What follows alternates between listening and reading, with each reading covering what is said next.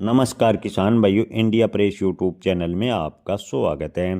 किसान भाइयों, नरमा के भाव में कितनी तेजी बनेगी? क्या नरमा इस बार होगा 9,000 रुपये?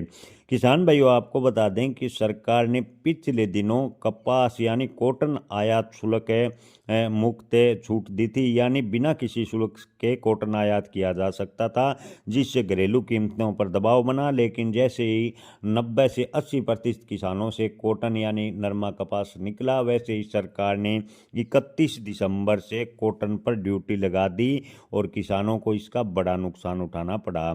जी हाँ किसान भाइयों, आपको बता दें कि 31 दिसंबर 2025 के बाद सरकार ने कपास पर 11% आयात शुल्क लगा दिया और नरमा के भाव में इन दिनों सुधार देखने को मिला। जिन किसान भाइयों के पास नरमा स्टॉक है, उन्हें बड़ा फायदा होगा।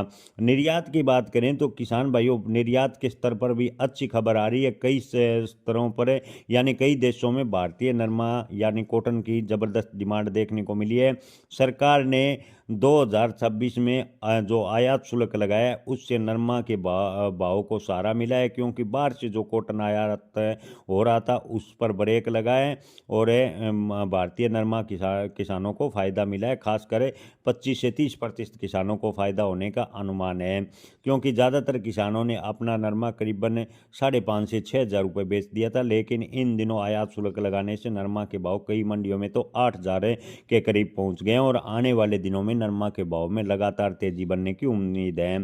टेक्सटाइल उद्योगों को कच्चा माल उपलब्ध कराने के लिए सरकार ने कहा था कि हमने आयात शुल्क में छूट दी थी, लेकिन किसान भाइयों, बड़ा सवाल है कि जब किसानों से कॉटन निकल गया तो टेक्सटाइल मिलों को अब छूट क्यों नहीं दे रही? अब टेक्सटाइल मिलों को और सरकार ध्यान क्यों नहीं दे रही? अब कॉटन पर आयात क्यों लगाया गया है? यानी सीधा सा मतलब है किसान अगर उत्पादन ज़्यादा होता है तो पीड़ित कम होता है, तो पीड़ित ऊपर से अगर कोई कसर रहती है तो सरकार उस पर ऐसे नियम लगा देती है जिससे किसानों को बड़ा नुकसान हो। सरकार की नीतियां देखकर लगता है कि किसानों के हित में सरकार कोई फैसला लेना ही नहीं चाहती।